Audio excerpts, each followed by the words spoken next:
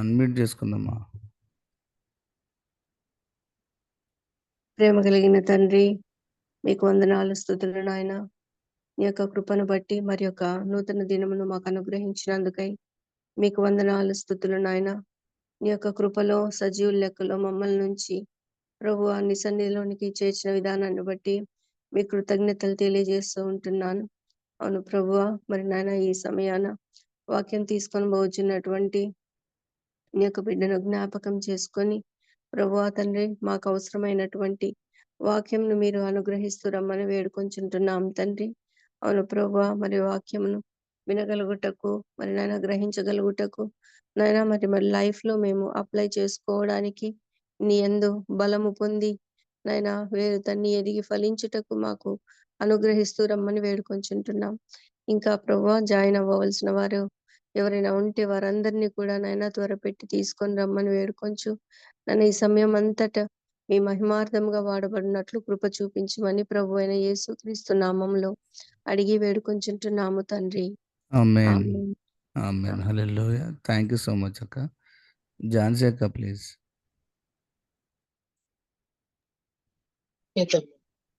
అందరికీ praise తెలాడండి.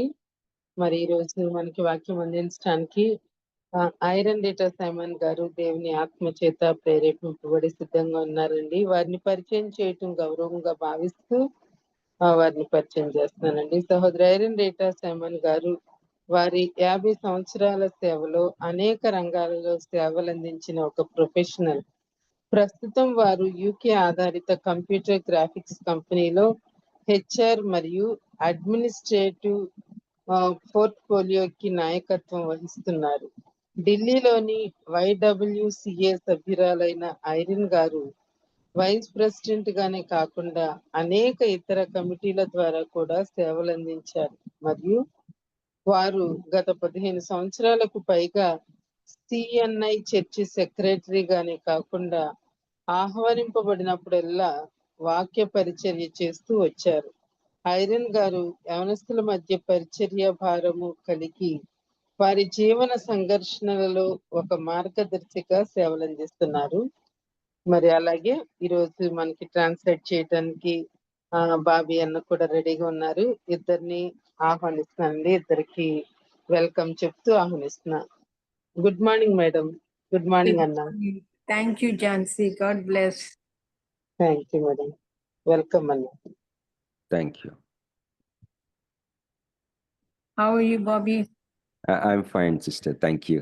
I have to tell you, I'm not even prepared today, but we will do something. Holy Spirit will lead us for sure. Amen. Come, let's pray before we start. Dear Lord and Heavenly Father, thank you for this beautiful morning, Heavenly Father. Thank you for all your mercies, Heavenly Father, and above all, thank you for bringing each one of us to this altar this morning, Heavenly Father.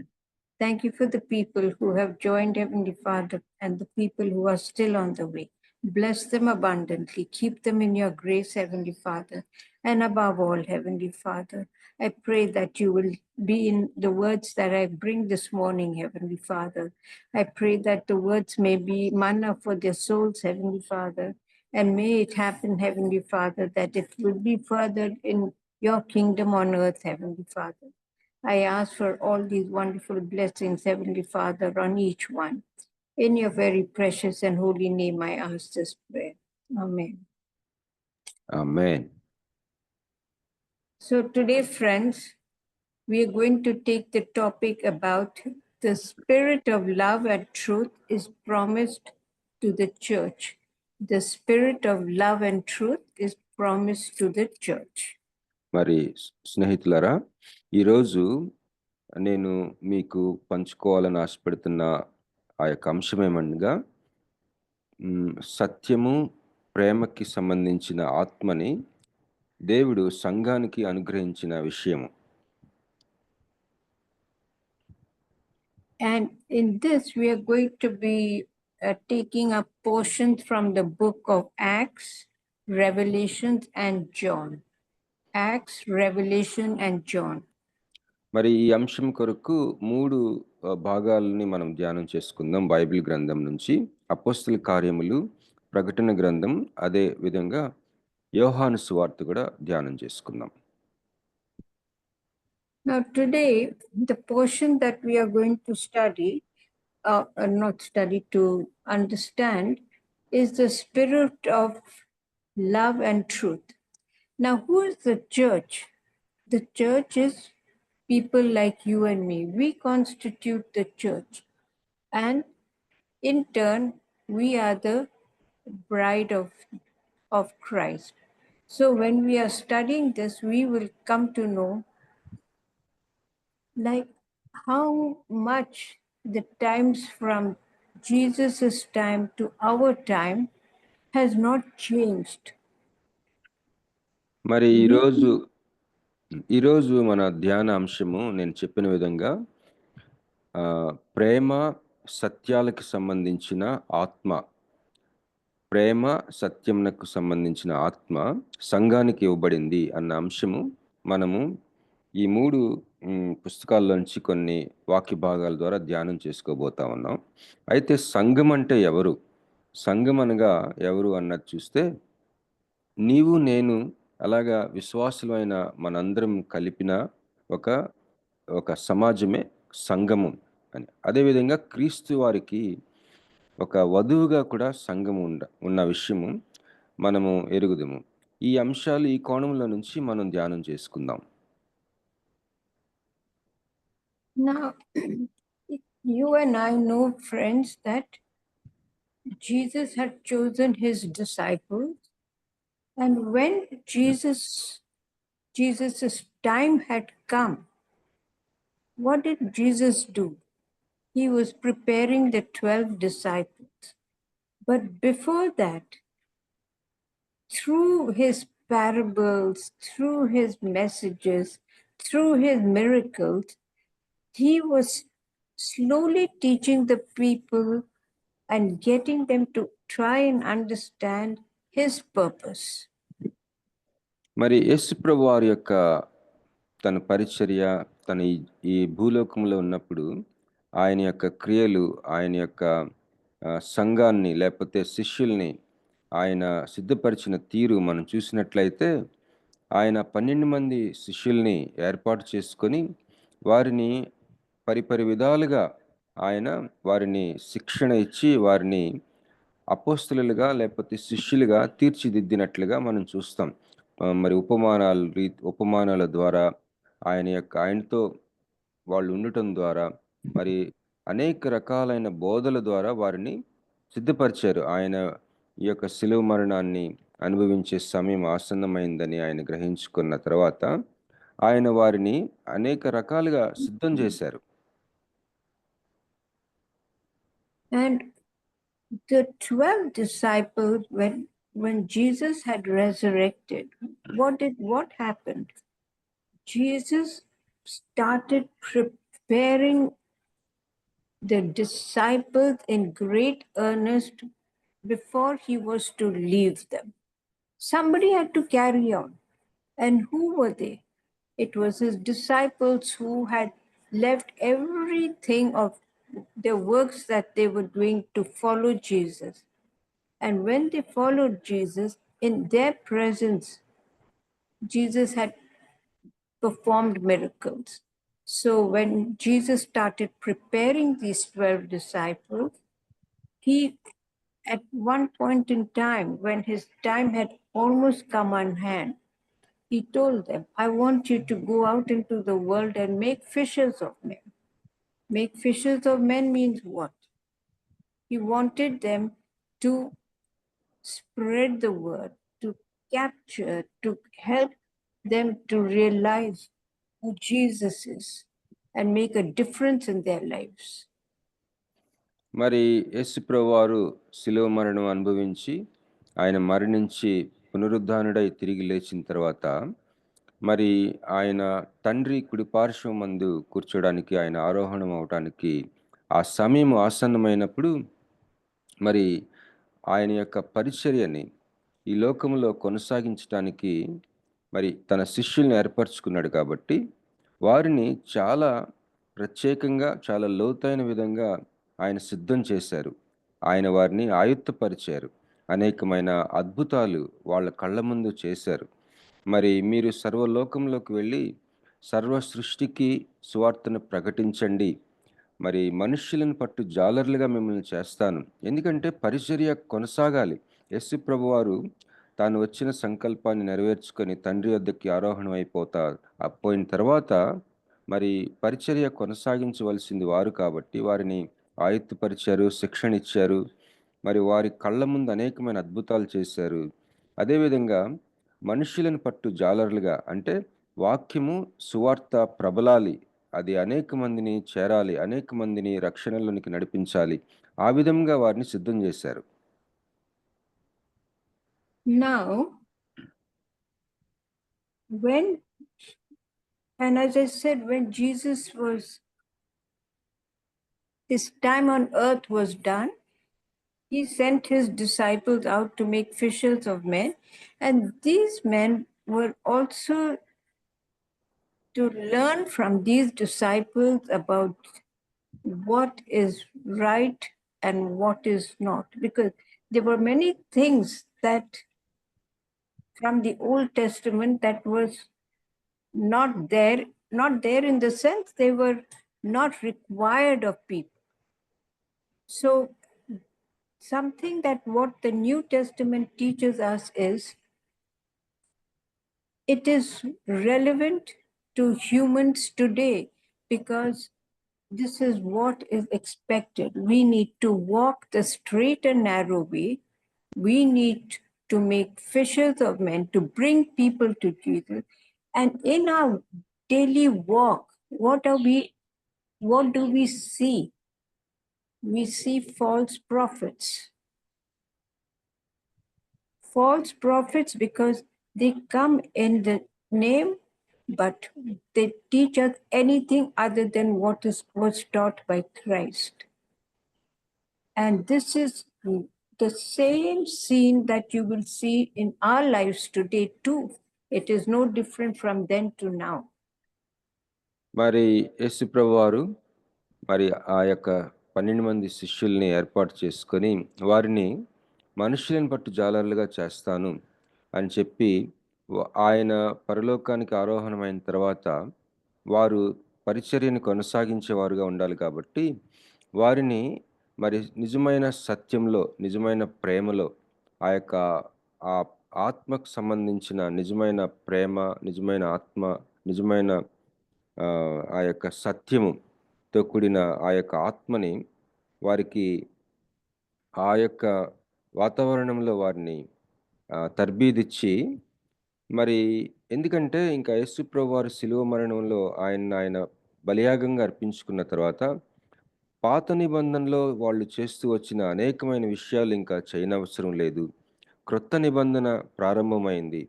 ఈ క్రొత్త నిబంధనలో సంఘము, విశ్వాసులు ఏ విధంగా నడుచుకోవాలి, ఎలాంటి సూచనలు, ఎలాంటి బోధలు, ఎలాంటి క్రమశిక్షణ, ఎలాంటి ఎదుగుదల, ఎలాంటి సిద్ధాంతాలు వీరు కలిగి ఉండాలి అన్న విషయాలు అనేకమైనవి ఈ యొక్క శిష్యుల్ని ఆయన తర్బీదు ఇవ్వటంలో మూల అంశములుగా ఉన్నవి.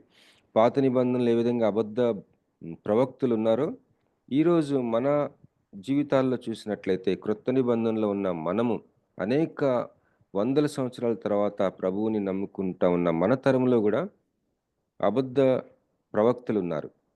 మరి ఇలాంటి పరిస్థితులను ఎదుర్కోవడానికి శిష్యుల్ని ఆయన తయారు చేశారు, సిద్ధపరిచారు. మరి ఆ శిష్యులతో ఏ విధంగా బోధించారో ఆ అంశాలు కొన్ని వందల సంవత్సరాలైన తర్వాత మనకి కూడా ఎంతో అన్వయింపుకి, మన జీవితాలకి నేరుగా మరి పనికొచ్చే అంశాలుగా అవి నిలుస్తూ ఉన్నాయి. Now, when we are taking up the book of Acts gives a very detailed account of what we should know is truth. Because so many false prophets were roaming the earth also at that time. And why do I say false prophets?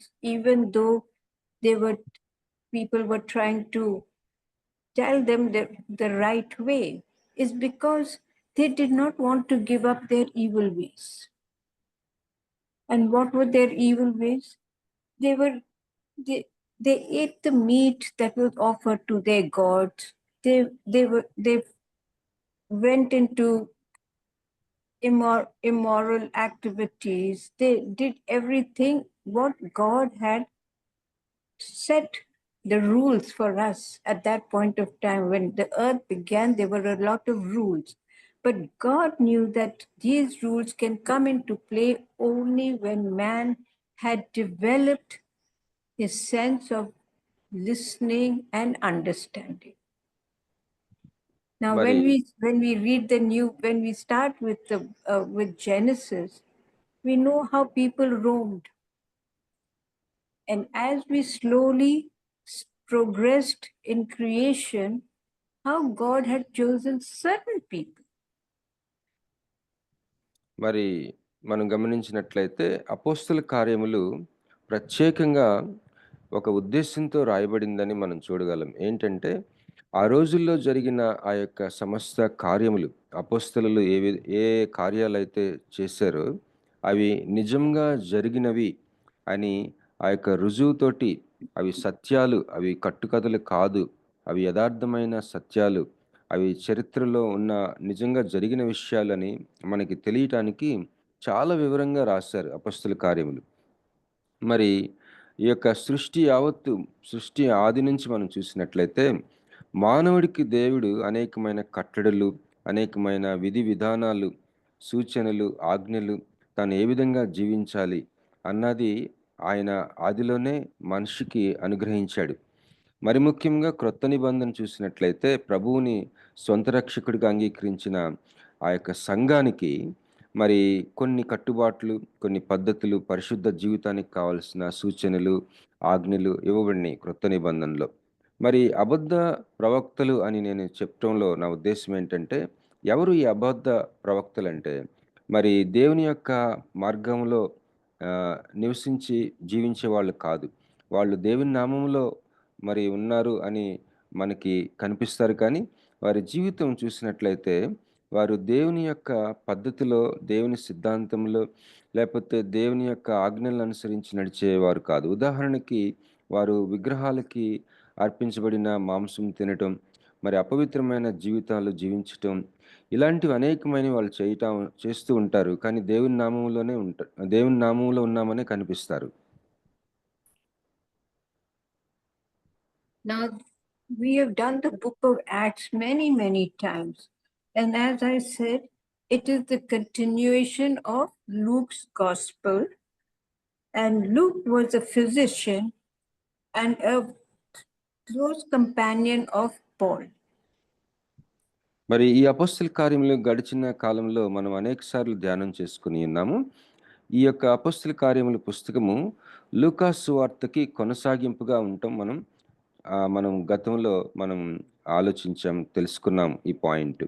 మరి లూకా అనే వైద్యుడు ఈ యొక్క 2 పుస్తకాలు లూకా సువార్త, అపొస్తల కార్యములు రచించాడు. మరి లూకా గారు అపొస్తలుడైన పౌలుకి చాలా సన్నిహితంగా ఉండేవాడు.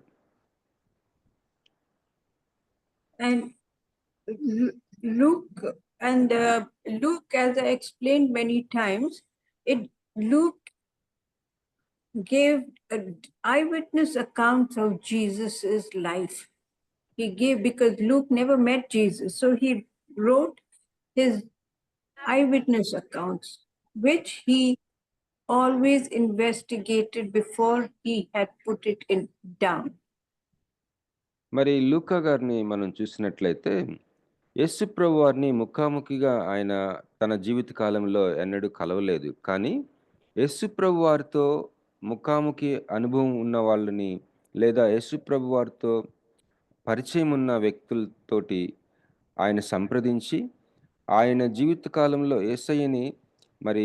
యేసయ్యతో ఉన్న వాళ్ళని అనేక మందిని ఆయన సంప్రదించి వారి యొక్క సాక్ష్యాలు, వారి యొక్క నేరుగా ప్రభువుతో వారికి ఉన్న అనుభవాలు ఆయన పరిశీలించి ఆయన రాయటం జరిగింది లూకా గారు. Now, the book of Acts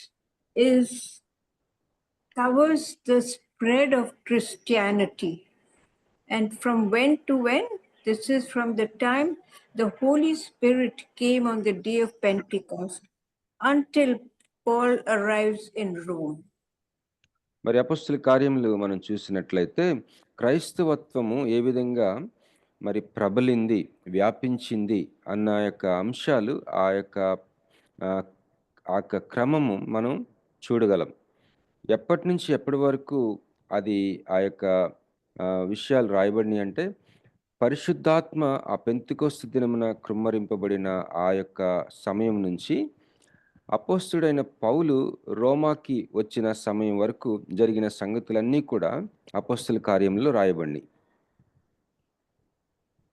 And as I said, and as I told you all last week, we are soon to arrive in that period of Pentecost. So can someone tell me what is Pentecost? మరి ఎవరైనా unmute చేసుకొని Pentecost అంటే ఏంటి అన్నది మీరు చెప్పాలని నేను కోరుచున్నాను.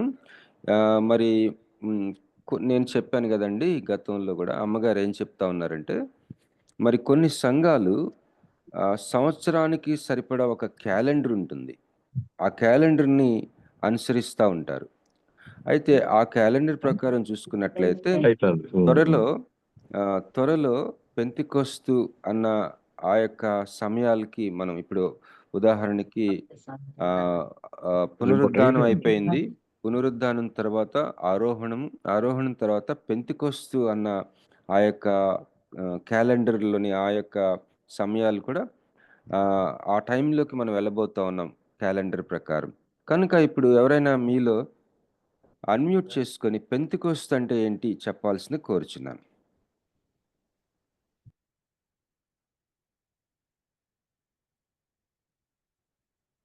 ఎవరైనా చెప్పొచ్చమ్మా, పెంతెకొస్తు అంటే ఏంటి?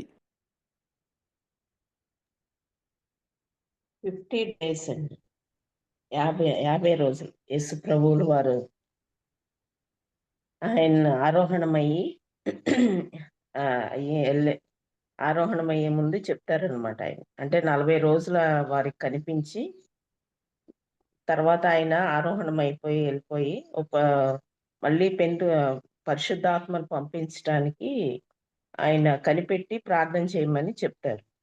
అప్పుడు వారు శిష్యులు కనిపెట్టి ప్రార్థన చేస్తారు. అది పెంతెకొస్తు దినమున వారు పరిశుద్ధాత్మను పొందుకుంటారు. అది పండుగ. 50వ దినం.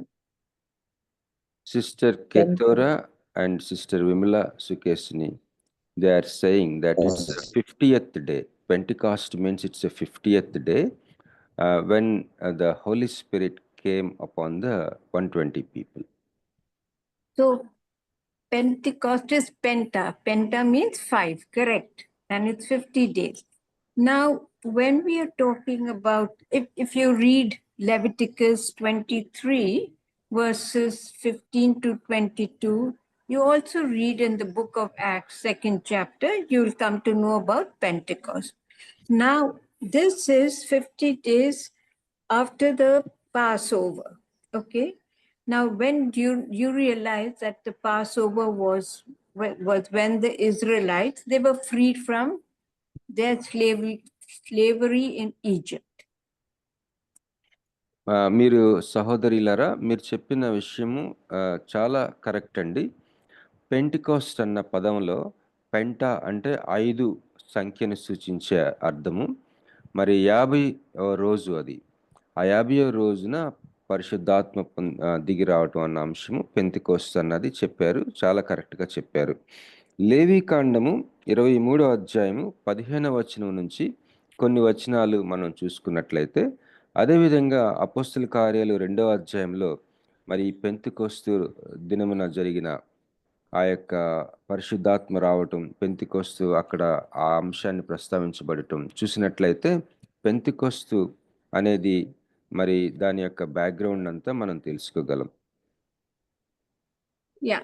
Now, if you want to know a little more about Pentecost, read the book of Leviticus, chapter 23, verses 15 to 22, and also read Acts chapter 2. Now, మరి if you want to know, మరి Pentecost అన్న అంశం గురించి ఇంకా మనకి అసలు అదేంటి, దాని యొక్క నేపథ్యం ఏంటి అని మనం తెలుసుకోవాలనుకుంటే, నేను చెప్పాను కదండి, ఇప్పుడు లేవీ కాండము 23వ అధ్యాయము 15వ వచనం నుంచి 22వ వచనం వరకు, అలాగే అపోస్తుల కార్యములు 2వ అధ్యాయం చూసుకున్నట్లయితే పెంతెకొస్తు అన్న అంశం గురించి ఇంకా ఎక్కువ గ్రహింపు మనకు వస్తుంది. and to read about the Passover, read the book of Exodus, chapter 12, verses 23 to 27. మరి ఈ పస్కా గురించి మనం తెలుసుకోవాలంటే నిర్గమకాండము 20, what chapter sister? Exodus Exodus chapter 12, 23 to 27.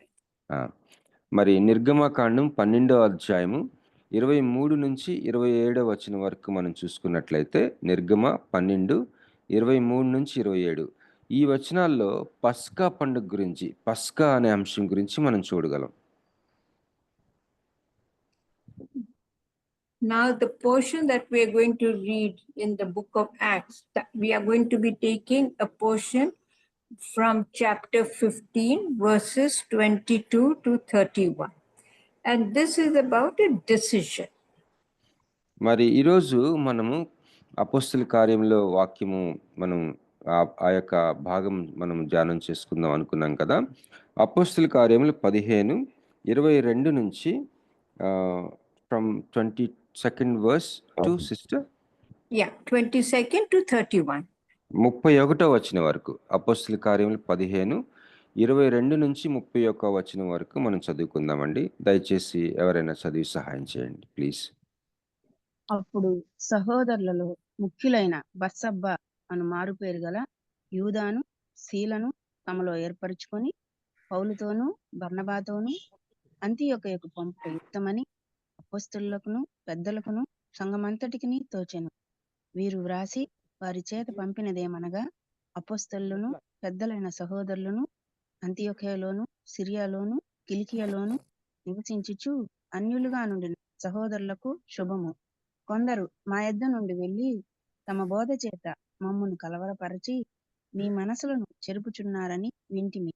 వారికి మేము అధికారం ఇచ్చి ఉండలేదు కనుక మనుషులను ఏర్పరచి మన ప్రభు అయిన యేసు క్రీస్తు పేరు కొరకు తమ్మును తాము అప్పగించుకొనున బర్నబా, పౌలు అను మన ప్రియులతో కూడా మీ యొద్దకు పంపుట యుక్తమని మాకందరికి ఏకాభిప్రాయం కలిగెను. కాగా యూదాను శీలను పంపియున్నాము. వారును నోటి మాటతో ఈ సంగతులు మీకు తెలియచేతురు. విగ్రహములకు అర్పించిన వాటిని, రక్తమును, గొంతు పిసికి చంపిన దానిని, జారత్వమును విసర్జింపవలెను. ఈ అవశ్యమైన వాటికంటే ఎక్కువైన ఏ భారమును మీ మీద మోపకూడదని పరిశుద్ధాత్మకును మాకును తోచెను. వీటికి దూరముగా ఉండుటకు జాగ్రత్త పడితిరా, అది మీకు మేలు. మీకు క్షేమం కలుగునుగాక. అంతటి వారు సెలవు పుచ్చుకొని అంతియొకయకు వచ్చి శిష్యులను సమకూర్చి ఆ పత్రిక ఇచ్చిరి. వారు దానిని చదువుకొని అందువలన ఆదరణ పొంది సంతోషించిరి. ఆమేన్. Praise the Lord. Thank you. Now, when we read what the decision was about circumcision, now all of us knew that in the Old Testament, circumcision was a very big thing.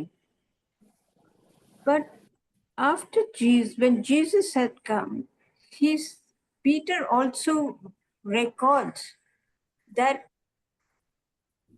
both the Jews and the Gentiles, they will be saved, whether they are circumcised or not. He said they will be saved through grace. And last time we read what grace was.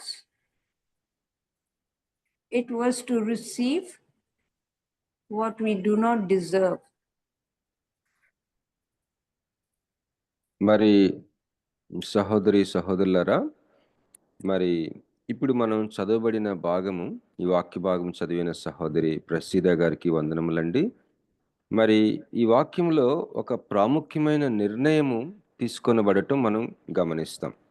దేని గురించి అంటే సున్నతి అనే ఒక ఆచారం విషయంలో. మరి పాత నిబంధనలో ఆ యొక్క పాత నిబంధనకి సంబంధించిన ఆ యొక్క ప్రజలందరూ కూడా సున్నతి అనే ఆచారము ఆచరించటం వారికి ఆచారం అది. కానీ క్రొత్త నిబంధనలో యేసుప్రభు వారు శిలువ మరణం పొందిన తర్వాత మరి పాత నిబంధనలోని అనేకమైన విషయాలు ఇంకా అవసరం లేదు. ఎందుకంటే కృప చేత మనం రక్షించబడ్డాం. కృప అనంగా మనము గడిచినసారి మనం ఆలోచించాం. కృప అంటే అర్హత లేని మనకి ఆయన అనుగ్రహం, ఆయన ఇచ్చే ఒక అనుగ్రహము. మరి ఆయన యొక్క దయ పొందుకోవడానికి, ఆయన మనకి రక్షణ అనే భాగ్యం మనకి ఇవ్వటానికి నిజానికి మనకు అర్హత లేదు. అది పొందుకోలేని స్థితిలో పడిపోయాం మనం. అలాంటిది ఏమాత్రం అర్హత లేని మనకి రక్షణ అనుగ్రహించారు. కేవలం కృప అన్న విషయం మాత్రమే ఇక్కడ మనకి కనిపిస్తూ ఉంది. ఆయన కృప వల్ల మనం రక్షించబడ్డాం కాబట్టి సున్నతి ఆచారం ఇంకా అవసరం లేదని మరి ఆ యొక్క అపోస్తలులు, పెద్దలు మరి నిర్ణయించారు. ఆ యొక్క అంశంలో ఒక నిర్ణయం తీసుకోవడం, మరి కొంతమంది అది అవసరమని చెప్తా ఉన్నారు అక్కడ విశ్వాసులకి.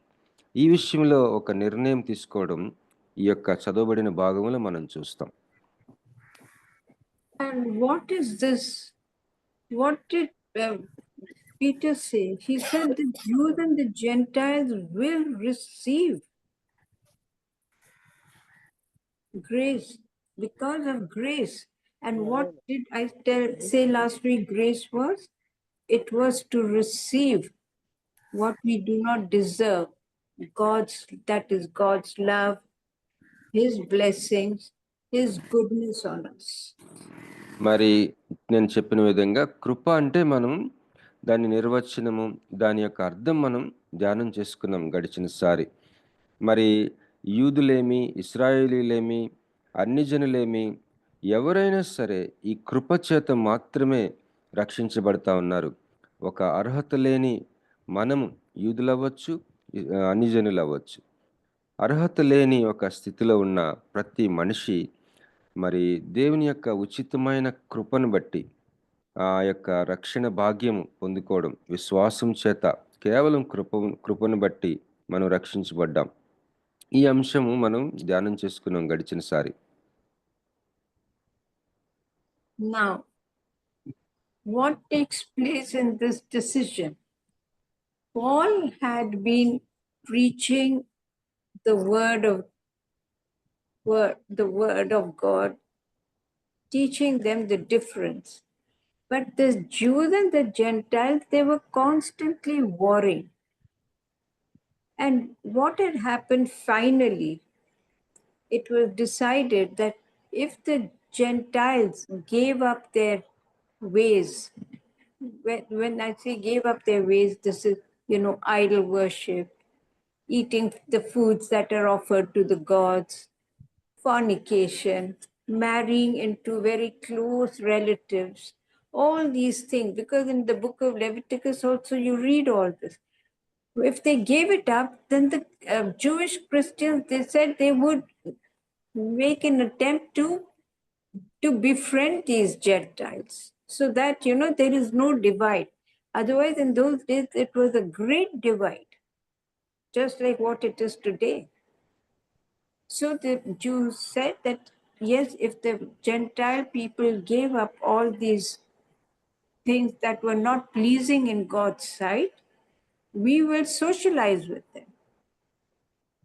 మరి ఒక విషయం మనం గమనించాలి ఈ చదవబడిన భాగంలో. మరి ఆ రోజుల్లో యూదా మతం నుంచి యేసు ప్రభువుని నమ్ముకున్న విశ్వాసులు ఉన్నారు, అలాగే అన్యజనుల నుంచి యేసు ప్రభువుని నమ్ముకున్న విశ్వాసులు ఉన్నారు. ఈ ఇరువురికి మధ్య చాలా విభేదాలు ఉన్నాయండి ఆ రోజుల్లో. నిజానికి ఈ రోజుల్లో కూడా ఉన్నాయి. మరి ముఖ్యంగా అన్యజనులు మరి విగ్రహారాధన అనే యొక్క పరిస్థితుల్లో నుంచి వాటిని విడిచిపెట్టి యేసు ప్రభువుని నమ్ముకుంటారు. కాబట్టి ఆ విగ్రహారాధనకు సంబంధించిన విషయాలు కొన్ని వారు ఇంకా విడిచిపెట్టలేని స్థితిలో ఉండటానికి అవకాశం ఉంది. ఉదాహరణకి ఆ రోజుల్లో విగ్రహాలకి అర్పించబడిన వాటిని తినడం, ఆ మాంసాన్ని తినటం. మరి ఇంకా అన్ని జనుల్లో కొన్ని ఆ యొక్క విషయాలు ఆ రోజుల్లోని మరి అపవిత్రత, జారత్వము, అలాగే వివాహాలు చేసుకునే విషయంలో మరి దేవుని యొక్క విధానాలకి విరుద్ధంగా వివాహాలు చేసుకోవడం, ఇలాంటి విషయాలు అన్ని జనుల్లో కొన్ని ఆ రోజుల్లో ఎక్కువగా ఉన్నాయి. కాబట్టి యూదా మతం నుంచి వచ్చిన యేసు ప్రభువుని నమ్ముకున్న విశ్వాసులకి, అన్ని జనుల నుంచి వచ్చిన వాళ్ళకి మధ్య చాలా విభేదాలు ఉండటం వల్ల ఈ విషయాలు సరిచేసుకోవాలని చెప్పేసి ఒక నిర్ణయం తీసుకోవటం జరిగింది. Now, in order to bridge this huge divide between the Jews and the Gentiles, the Gentiles were asked to do this. And what happened then? They would have enough time to rectify what if they had, and the Gentile believers, they started believing what was preached by Paul and Barnabas and what Luke had also recorded, because they were believers who started believing what Paul had said. But in the meantime, after Paul gave his preach to the people and stayed with them some days to answer every question on his missionary journeys, there were people behind him from his own tent, people behind him who came and started preaching otherwise. మరి ఇలాంటి పరిస్థితులు అక్కడ ఉంటా ఉన్నాయండి. ఆ రోజుల్లో ఆ సంఘాల్లో యూదా మతం నుంచి వచ్చి యేసు ప్రభువుని నమ్ముకున్న విశ్వాసులు ఒక ప్రక్కన, అన్ని జనుల నుంచి యేసు ప్రభువుని నమ్ముకున్న విశ్వాసులు ఒక ప్రక్కన. ఈ సంఘంలో ఈ 2 వర్గాలు ఉండటం వల్ల ఈ 2 వర్గాల మధ్య అనేకమైన విభేదాలు ఉన్నాయి సిద్ధాంతపరంగా. వాటన్నిటినీ కూడా పౌలు గారు, ఆయనతో ఉన్న నాయకులు, పెద్దలు ఏ విధంగా క్రొత్త నిబంధనలో వారు నడుచుకోవాలి, ఈ సున్నతి ఇవన్నీ కూడా అవసరం లేదు, కేవలము వారు ఏం చేయాలని చెప్పారండి, విగ్రహములకు అర్పించిన వాటిని తినద్దు, రక్తమును గొంతు పిసికి చంపిన దానిని జారత్వమును విసర్జింపవలెను, ఈ అవశ్యమైన వాటికంటే ఎక్కువైన ఏ భారమును మీ మీద మోపకూడదని పరిశుద్ధాత్మకును మాకును తోచును. ఇలాంటి పద్ధతిని వారు ఆ యొక్క విశ్వాసులకి వాళ్ళకి ఒక సిద్ధాంతంగా వాళ్ళకి స్థిరపరిచి వారు ఆచరించేటట్లుగా వారిని ప్రోత్సహిస్తూ ఉంటూ, వారికి ఏమైనా ప్రశ్నలుంటే దాన్ని వాళ్ళు ఆ ప్రశ్నలకు సరైన సమాధానాలు ఇస్తూ ఆ మిషనరీ యాత్రల్లో ఉంటూ ఉండంగా, ఇంత ప్రయాసతో కూడిన ఒక పరిచర్య, విశ్వాసుల్ని స్థిరపరిచే పరిచర్య పౌలు గారు మిగతా నాయకులు చేస్తూ ఉంటే, యూదా మతానికి చెందిన కొంతమంది వాళ్ళు కూడా యేసు ప్రభువుని నమ్ముకున్నామని చెప్పుకుంటూ వచ్చిన నాయకులు ఏం చేస్తా ఉన్నారంటే, పౌలు గారు మిగిలిన అపోస్తులు చెప్తున్న ఆ యొక్క బోధకి విభిన్నమైన బోధని విశ్వాసుల్లో ప్రచారం చేస్తా ఉన్నారు. So what did Paul do? He did not, just because he had preached in that place and gone further, did not mean that he didn't care what happened. He did not want the people to backslide. So what did he do? He went right back to again go over what he had taught the people there, so that they know it is the truth, and that it is the spirit of love and truth that prevails. మరి పౌలు గారు ఇలాంటి సమస్యని ఏ విధంగా ఎదుర్కొన్నాడంటే, ఆయన ముందు నుంచి విశ్వాసులతో ఎలాంటి పునాదులు వేశాడో, ఎలాంటి సిద్ధాంతాలను బోధించాడో, ఎలాంటి వాక్యాన్ని ప్రచారం చేశాడో, ఎలాంటి సువార్తని ప్రచారం చేశాడో, ఆ యొక్క పునాదులకి, ఆ యొక్క మూలాలని వారికి విశ్వాసులకి మరొకసారి బలంగా జ్ఞాపకం చేశాడు. మరి ఒకసారి ఒకలాగా, మరొకలాగా ఆయన బోధ ఉండలేదు. అది ఎంతో స్థిరంగా, ఎప్పుడు చూసినా ఒకటే విధంగా, ముందేం చెప్పాడో తర్వాత కూడా అదే చెప్పాడు, మరి దానినే మరొకసారి జ్ఞాపకం చేయటం ద్వారా ఈ తప్పుడు బోధకుల్ని ఎదుర్కొన్నాడు. మరి ఈ యొక్క వాతావరణం అంతా మనం చూసినట్లయితే మరి ప్రేమకును సత్యానికి సంబంధించిన ఆత్మని, ఆ యొక్క ఆత్మ కార్యాన్ని మనం గమనించగలం. And as I said, the false prophets were spreading rumors about circumcision, that everybody has to be circumcised. But James confirmed that it is through grace. You do not have to be. Both the Jews and the Gentiles will still receive the love of Christ. It is not that it is only for one and not the other. No, it is through grace that everyone will receive, including you and me. మరి ఈ యొక్క తప్పుడు బోధకులు మరి ముఖ్యంగా ప్రచారం చేస్తున్న అంశం ఏంటంటే సున్నతి. వాళ్ళు ఏమంటున్నారంటే అన్ని జనుల్లోంచి వచ్చిన మీరు సున్నతి పొందాలని ప్రచారం చేస్తూ ఉన్నారు. అయితే పౌలు గారు కానీ, మరి అపోస్తలులు కానీ, పెద్దలు కానీ, వారు దేవుని సువార్తల నుంచి వారు అర్థం చేసుకున్న సత్యానికి సంబంధించిన సిద్ధాంతాలు ప్రకారం ఈ సున్నతి అన్ని జనుల నుంచి వచ్చిన వాళ్ళు తీసుకోకు అవసరం లేదని మరి వారు సిద్ధాంతాన్ని స్థిరపరిచినప్పుడు దీనికి విభిన్నమైన బోధని తప్పుడు బోధకులు బోధిస్తూ ఉన్నారు.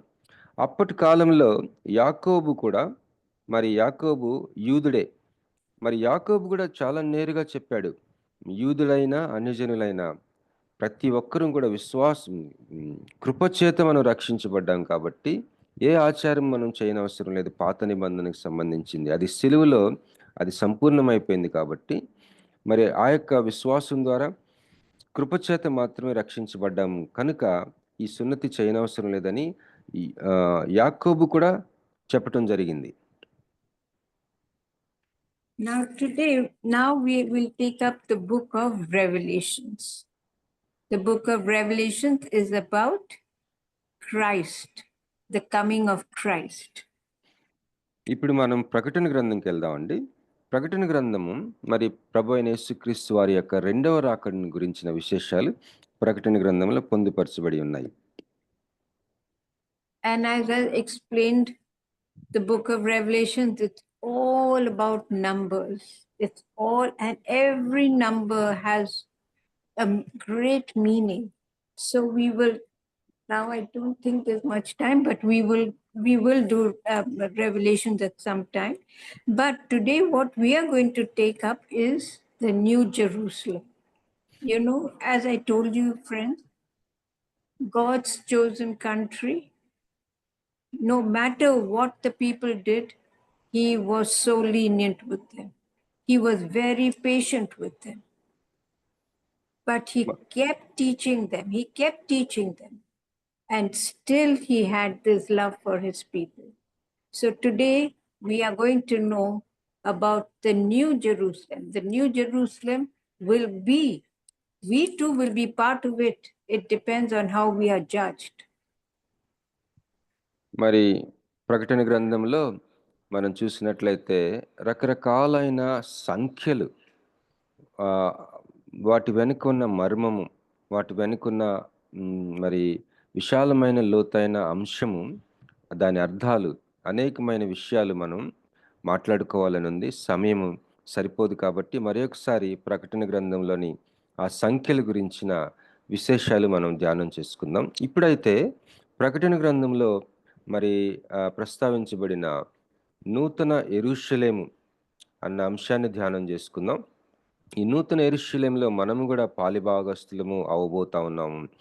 అయితే ఏ విధమైన తీర్పుని మనం ఎదుర్కొంటాము అన్న దానిని బట్టి అది ఆధారపడి ఉంటుంది. So now when we are talking about the New Jerusalem, what the book of Revelations is all about is the coming of Christ. So when we say the coming of Christ, all of us are going to be judged. And depending on what we have done in our lives, we will either rise in Christ or we will be forgotten. But the people, the promise that he's given us about the New Jerusalem is so beautiful because it's whatever we've gone through, that is not going to be there. It is going to be 1,000 years of peace. మరి ప్రకటన గ్రంథంలో ఎక్కువగా ప్రస్తావించబడిన విషయము మనందరికీ తెలిసిన విధంగా యేసు ప్రభు వారి యొక్క రెండవ రాకడ. మరి ఆయన రెండవ రాకడలో వచ్చినప్పుడు మనలో ఎంతమంది ఎత్తబడతాం, ఎంతమంది విడవబడతాం అన్నది మరి అది ఒక అంశం అయితే, అంటే మనం సిద్ధపాటు లేకపోతే విడవబడతాం కనుక సిద్ధపాటు ఉండాలని ప్రోత్సహించబడతా ఉన్నాం. అయితే ఇక్కడ మనము మరి ఆలోచించవలసిన విషయము నూతన యెరూషలేము గురించి ఆలోచించాలని నేను ప్రోత్సహిస్తా ఉన్నాను. ఈ నూతన యెరూషలేము ఎలా ఉంటుందంటే అది 1000 ఏండ్ల పరిపాలనకి సంబంధించిన ఒక కాలము, ఒక అంశం. ఆ 1000 ఏండ్ల పరిపాలనలో ఆ నూతన యెరూషలేములో మనము పాలిభాగస్తులుగా ఉన్నప్పుడు ఈ లోకంలో అనేకమైన ప్రయాసలు, బాధలు, దుఃఖాలు, మరి ఏమైతే మనము శ్రమలు పడి ఉన్నామో అవి ఏవి కూడా ఆ యొక్క నూతన యెరూషలేములో మనం ఉన్నప్పుడు మనకి ఉండవు. Now, when we are talking about the book of Revelations, friends, I want all of us to read this book, the entire book, because the entire book of Revelations will tell you exactly. It's a very frightening thing, but it will tell you what man is, what he's done, what he will have to go through. And there is always time for you and me to change. But what happens when we come into the New Jerusalem? What man was will change forever, because what he's going to be will be right through his life. It is not like us. We keep changing. We keep believing, we keep disbelieving, we come back to believing, again we disbelieve, and we then make up our own. So the new Jerusalem is going to be what you are, is what you're going to be throughout your life. That is going to be our new Jerusalem, a new life for us. There is no more falsehood. మరి నూతన యెరూషలేము అన్న అంశము ప్రకటన గ్రంథంలో ప్రస్తావించబడింది. దాని విశిష్టత మనం చూసినట్లయితే మనము దానిలో పాలిభాగస్తులం అవటానికి మనము అలాంటి భవిష్యత్తు వైపు మనం ప్రయాణిస్తూ ఉన్నాం కదా. మరి దానిలో మనం ఉన్నప్పుడు మన జీవితాలు ఎలా ఉంటాయంటే, మన జీవితాల్లో ఇక ఎటువంటి ఒక మరి కల్మషం కానీ, మరి ఏ విధమైన మరి దోషము కానీ, మరి ఎలాంటి అబద్ధపు స్థితి కానీ మనలో ఉండబోవు. ఈ లోకంలో చూసినట్లయితే మన విశ్వాస విషయంలో మనము అనేకమైన సవాలులకి గురవుతూ ఉంటాం. ఒక్కొక్కసారి బాగా నమ్ముకుంటాం, ఒక్కొక్కసారి బలహీనమైపోతాం, ఒక్కొక్కసారి మన హృదయంలో అనేకమైన లెవెల్స్లో దేవుణ్ణి నమ్ముకుంటూ ఉంటాం. ఒక్కోసారి విశ్వాసంలో బాగుంటాం, ఒక్కోసారి విశ్వాసాన్ని చాలా తక్కువ లెవెల్కి పడిపోతూ ఉంటాం. కానీ యెరూషలేములో, నూతన యెరూషలేములో మనం ఉన్నప్పుడు ఎలాంటి మరి సంపూర్ణమైన యథార్థతతో కూడిన మనుషులంగా మనం ఉండబోతా ఉన్నాం. అక్కడ ఎలాంటి కల్మషం కానీ, మన విశ్వాసం విషయంలో కానీ, మన అంతరంగంలో మనుషుల్లో ఎలాంటి కల్మషము, ఎలాంటి అబద్ధపు స్థితి అక్కడ ఉండదు. Can someone read Revelations 22 verses 1 to 5? Revelations 22 verses 1 to 5. ప్రకటన 22 1 నుంచి 5 వరకు ఎవరైనా దయచేసి సహాయం చేయండి, చదివి సహాయం చేయండి. మరియు స్ఫటికము వలె మెరయునట్టి జీవజలముల నది దేవుని యొక్కయు గొర్రెపిల్ల యొక్కయు సింహాసనమునొద్ద నుండి ఆ పట్టణపు రాజవీధి మధ్యను ప్రవహించుట ఆ దూత నాకు చూపెను. ఆ నది యొక్క ఈవలను ఆవలను జీవవృక్షం ఉండెను.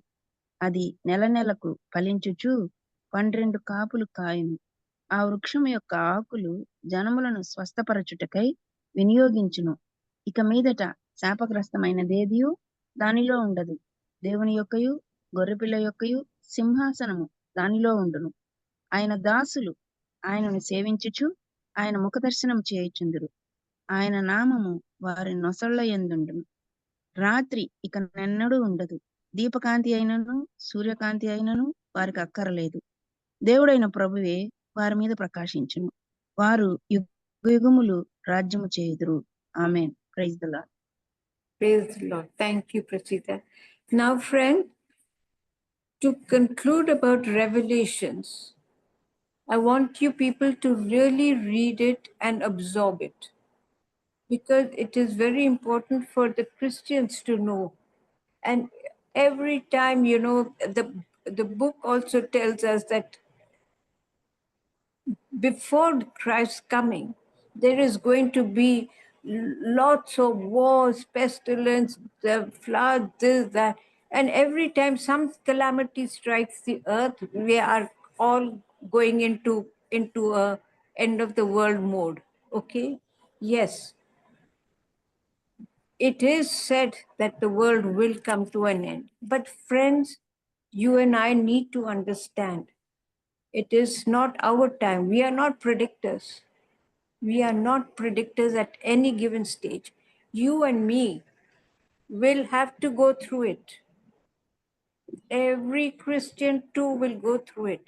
It is only 144,000 per tribe, and there were 12 tribes. So the number 12 is a very important figure, the 12 tribes. But what Prasida just read is also the 12 fruit trees. So that means, fruit trees means it is growth, it is, you know, the spreading of. And we need to be very careful that we should be counted in the 12 tribe, because we are all children of the 12 anyway. So we need to be very careful. We need to start rectifying ourselves. We need to do a lot in our life before we come to the end of it. And there is never a time that you cannot do it. Everything begins with you and me, and everything begins with a noun. So just read this book. I'm sure there will be a lot of insight, because we always think we know so much, and I believe me, so do I. But when you start reading, your eyes open. So let's read this. Now, finally, let's take the book of John. మరి ఈ ప్రకటన గ్రంథము ఈ అంశం మన సందేశానికి సంబంధించి ప్రకటన గ్రంథము విషయము ముగించడానికి ముందు ఈ ప్రకటన గ్రంథము మీరు చదవాలని నేను బహుగా ప్రోత్సహిస్తా ఉన్నానండి. దయచేసి చదవమని ప్రోత్సహిస్తా ఉన్నాను. ఈ పుస్తకము మీరు చదివినప్పుడు ఈ పుస్తకము మిమ్మల్ని మార్చివేస్తుంది. ఎందుకంటే మనం అనేకమైన విషయాలు తెలుసులే అని అనుకోవడానికి అవకాశం ఉంది. నేను కూడా అలాగే అనుకుంటా ఉంటాను. మరి పుస్తకాన్ని, ముఖ్యంగా ఈ యొక్క ప్రకటన గ్రంథం మనం చదివినప్పుడు మన కళ్ళు తెరవబడతాయి. చూసినట్లయితే ఈ లోకంలో యుద్ధాలు, కరువులు, రకరకాలైన పరిస్థితులు మనం చూసినప్పుడు మనం ఎలాగా ఆలోచిస్తామంటే యుగాంతం వచ్చేసింది అన్న మనస్తత్వం ఒక్కోసారి వచ్చేస్తుంది మనకి. మరి అయితే మనము విశ్వాసంతో జీవించే వారంగా ఉండాలి. కానీ మనము మనకి ఈ యొక్క సంఘటనల్ని, కాలాల్ని ఇదిగో పలానది జరుగుతూ ఉందని ఒక ప్రత్యేకమైన సూచనలు లేకపోతే పసిగట్టే అలాంటి విశ్వాసులంగా మనం ఉండకుండా ప్రభువుని నమ్మి విశ్వాసంతో జీవించే విశ్వాసులంగా ఉండటం అనేది ప్రాముఖ్యం. ఇక్కడ ప్రసీద సిస్టర్ గారు చదివిన భాగంలో మరి ఒక చెట్టు వృక్షాన్ని మనం చూసాం కదండి. ఆ యొక్క జీవ వృక్షం, అది ఫలించే జీవ వృక్షం. దాని అర్థం ఏంటంటే అభివృద్ధి, ఎదుగుదల, వాటికి సూచన. ఈ విధమైన అభివృద్ధి, ఎదుగుదలకి సంబంధించిన విశ్వాసులంగా మనం ఉండాలి. మరి ఈ యొక్క ప్రకటన గ్రంథం చదవటం అనేది చాలా ప్రాముఖ్యంగా మనం ఎంచుకొని చదవమని అమ్మగారు ప్రోత్సహిస్తా ఉన్నారు.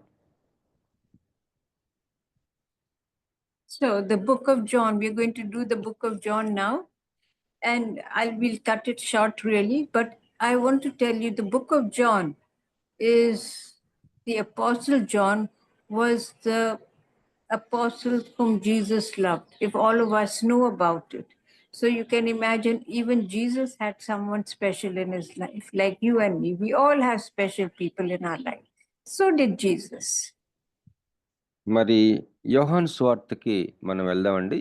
ఈ యోహాను యేసు ప్రభువుకి అత్యంత సన్నిహితుడు, ప్రియుడు. మరి మనందరికీ ఏ విధంగా మనకి ఎవరో ఒకళ్ళు మరి ఆప్తులు, ఆత్మీయంగా మనకి చాలామంది ఆత్మీయులున్నా కూడా వాళ్ళలో కొంతమంది లేదా ఒకళ్ళిద్దరు మరి ఎక్కువగా మనకి క్లోజ్గా ఉంటారు.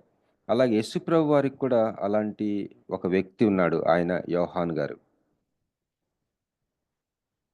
So the book of John also is a lot about signs. But while it has no parables, there are only 7 miracles in this book.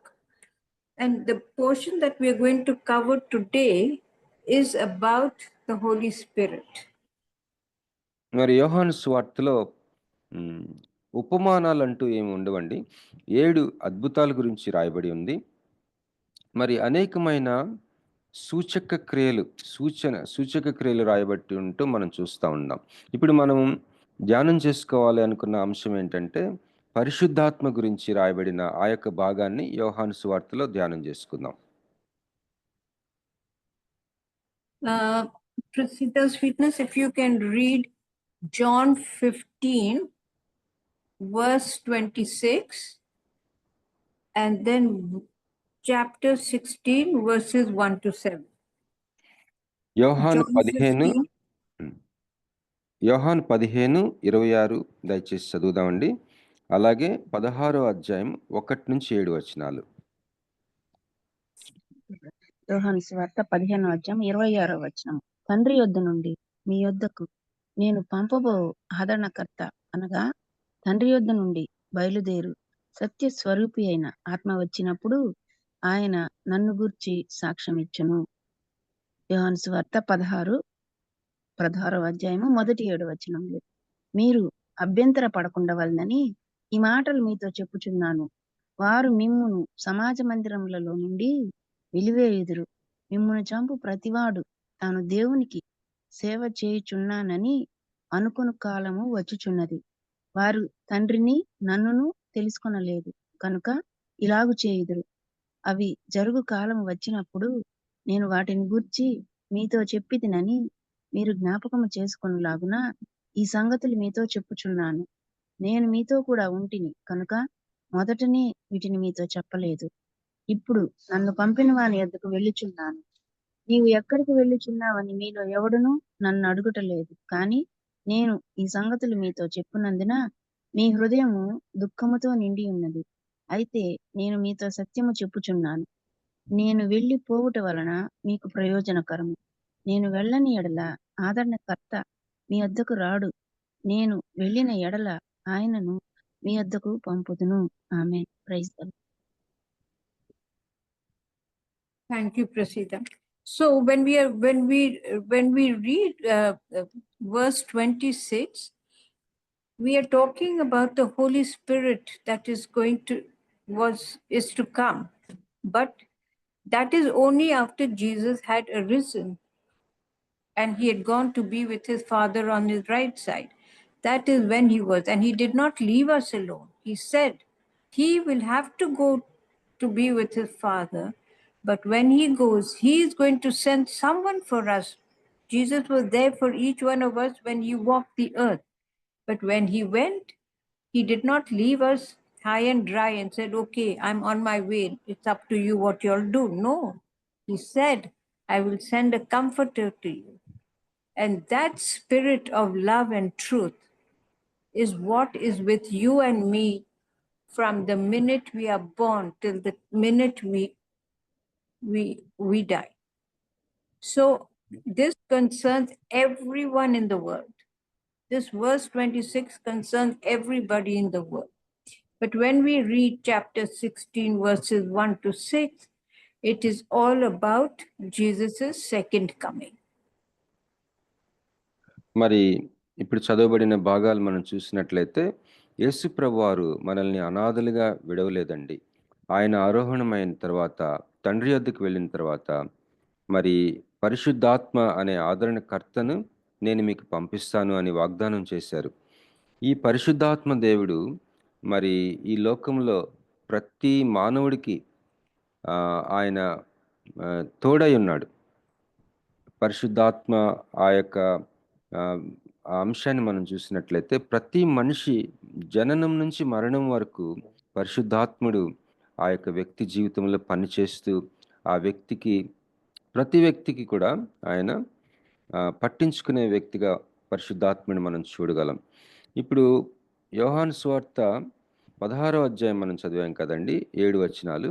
అది చూసినట్లయితే రెండవ రాకడకు సంబంధించిన విషయాలు అక్కడ మనం గమనించగలం.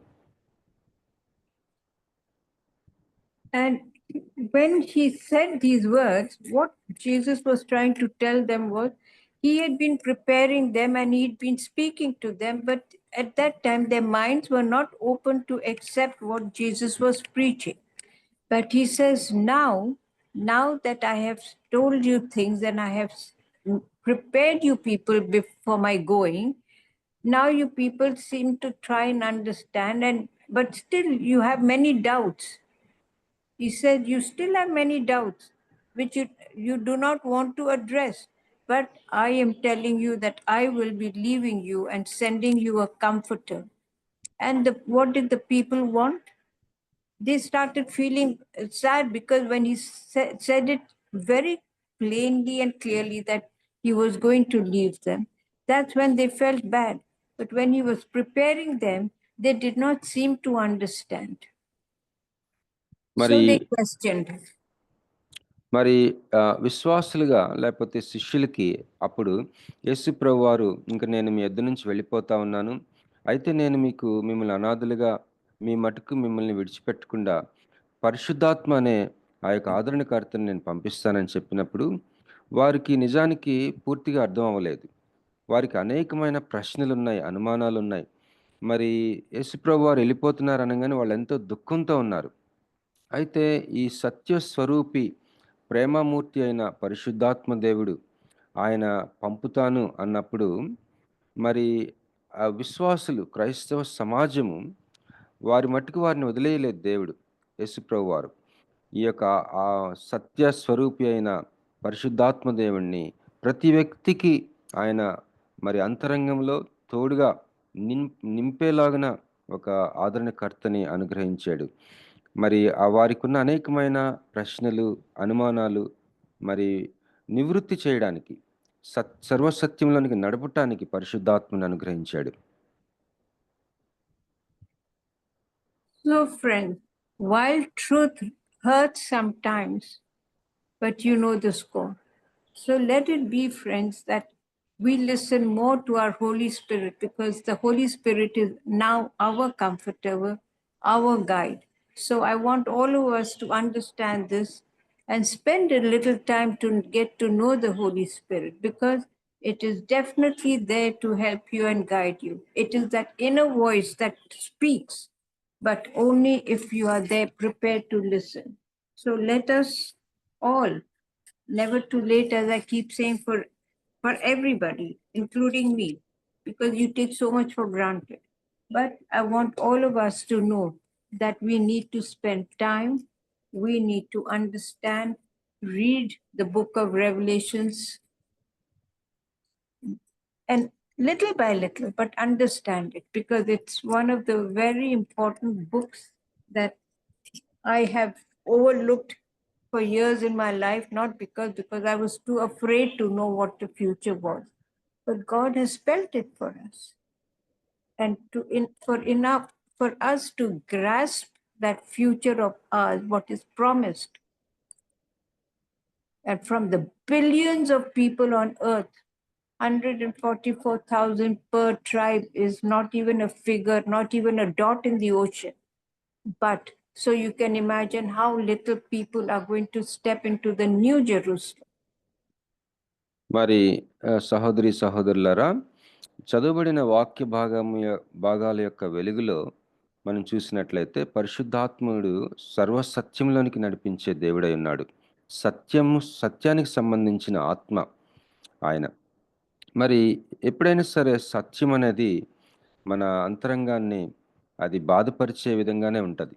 సత్యము మనల్ని అసౌకర్యానికి గురి చేస్తుంది. కానీ మనము సిద్ధ మనసు కలిగి ఉంటే, పరిశుద్ధాత్ముడు మన అంతరంగంలో ఉన్నారు కనుక ఆయన యొక్క స్వరాన్ని వినే విషయంలో అభ్యాసం కానీ చేసుకున్నట్లయితే, వినాలి అన్న ఒక మనస్సు, సిద్ధ మనస్సు ఉన్నట్లయితే, పరిశుద్ధాత్మ యొక్క ఆదరణ, ఆ సహాయము, ఆ సర్వసత్యంలోనికి నడిపించబడే ఆ యొక్క అనుభవంలోనికి మనం నడిపించబడగలం. మరి ముఖ్యంగా నేను ముగించే ముందు మీకు ఒక విషయాన్ని నేను చెప్పాలనుకుంటున్నాను. ఏంటంటే, ప్రకటన గ్రంథం గురించి. నా జీవితంలో అనేక సంవత్సరాలు ఈ పుస్తకాన్ని నేను చదవలేకపోయాను.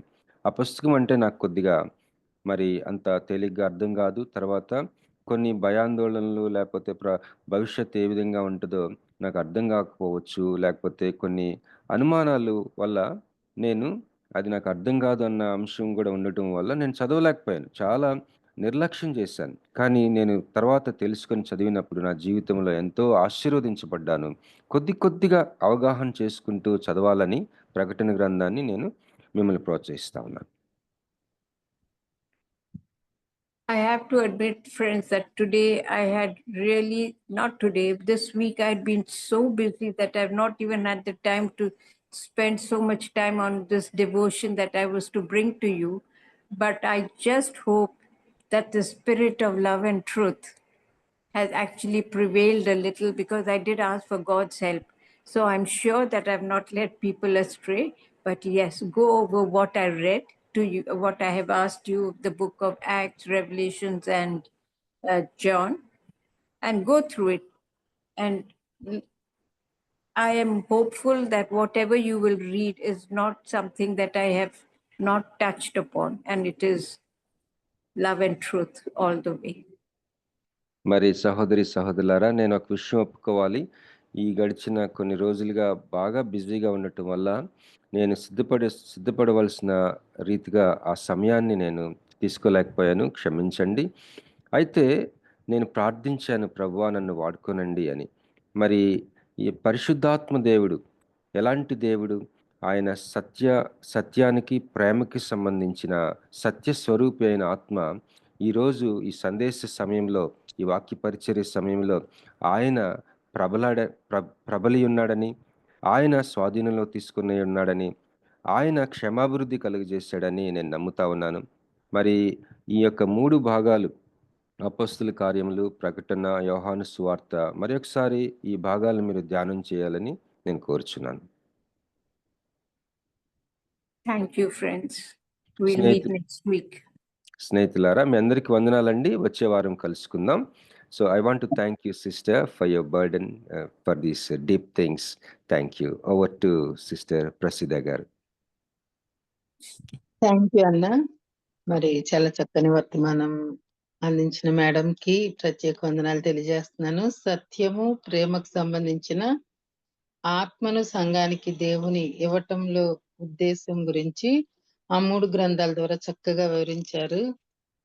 మీరు చెప్పిన వాక్యం గురించి మేము ఎంతగానో ఎంకరేజ్ చేయబడ్డాము. చాలా విషయాలు నేర్చుకున్నాం madam. Thank you so much.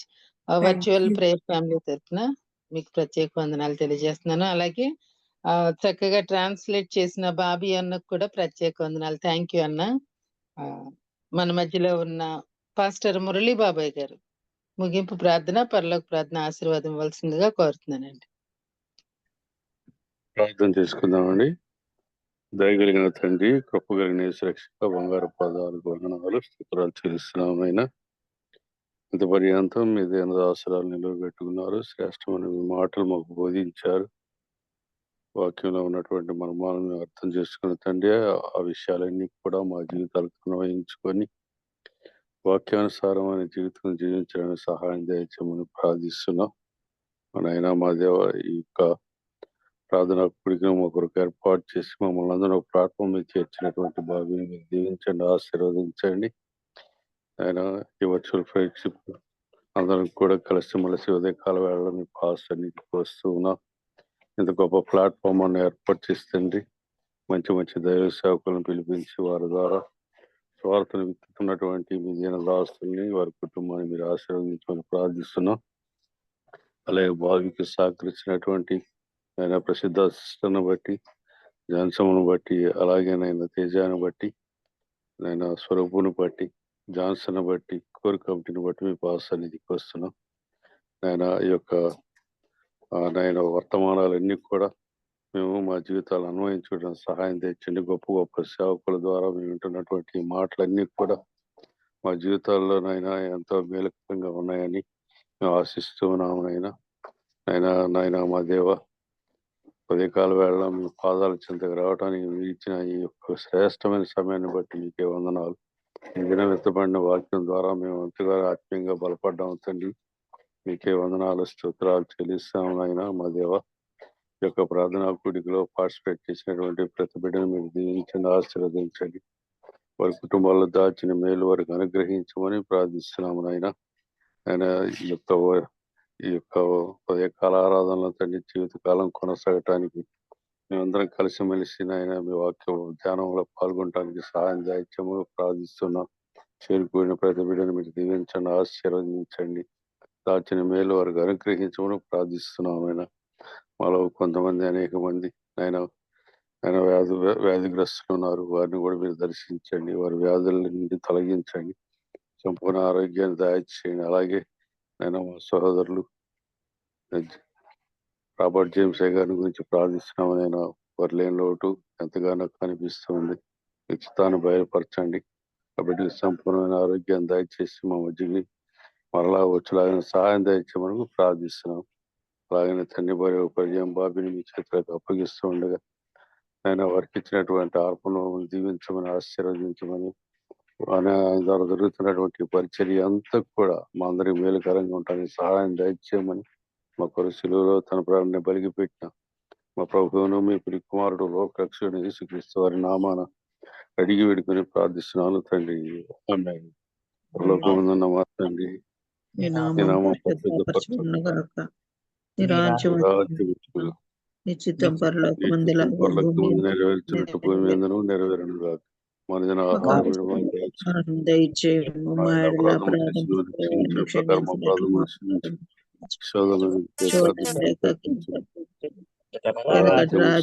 మహిమ నిరంతరం మీరేనారు తండ్రి. ఆమేన్. ప్రభువైన దేవుని ప్రేమ, కుమారుడైన యేసుక్రీస్తు వారి కృప, ఆదరణకర్త అయిన పరిశుద్ధాత్మ దేవుని అన్యోన్య సహవాసం చేరుకున్న మనకును సకల పరిశుద్ధులకును సదాకారముతో నడిపించును గాక. ఆమేన్, ఆమేన్, ఆమేన్. అందరికీ వందనాలండి. ఆమేన్. థ్యాంక్ యూ గారు. ప్రార్థించిన పాస్టర్ మురళీబాబాయ్ గారికి, వాక్యం అందించిన మేడం కు, ట్రాన్స్లేట్ చేసిన బాబీ అన్నకి ప్రత్యేక వందనాలు తెలియజేస్తానండి. మేడం చెప్పిన వాక్యాలు, మెసేజెస్ చాలా ఉన్నాయండి. యూట్యూబ్ లో అవైలబుల్ గా ఉన్నాయి. బాబీ రత్నాకర్ అని టైప్ చేస్తే మీకు అందుబాటులో వస్తాయండి. దయచేసి వినాల్సిందిగా కోరుతున్నాను. థ్యాంక్ యూ అండి. జాయిన్ అయిన అందరికీ థ్యాంక్ యూ అండి. హ్యావ్ ఎ నైస్ డే అండి. ముగించుకుందామండి.